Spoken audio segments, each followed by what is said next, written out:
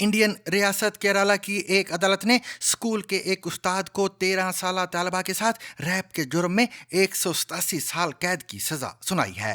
केरला के शहर कंवर में तालिबा के साथ मुतअद्दिद बार रैप सन 2020 से 2022 के दरमियान हुआ। ताम उस्ताद को सजा ऐसे वक्त में हुई जब वो पहले ही एक और 10 साला बच्ची के साथ रैप के जुर्म में जेल की सजा काट रहा था।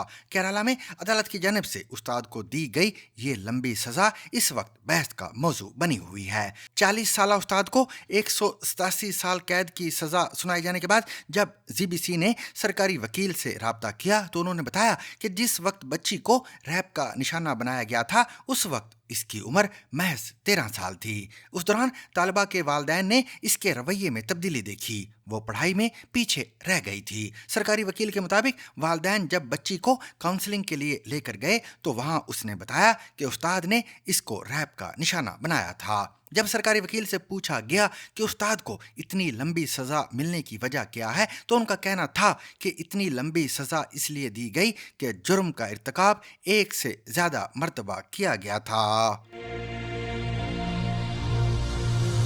Rediscover the trusted voice of news with Zigzag Broadcast Company's revival of BBC Sarabeen. ZBC Serbia.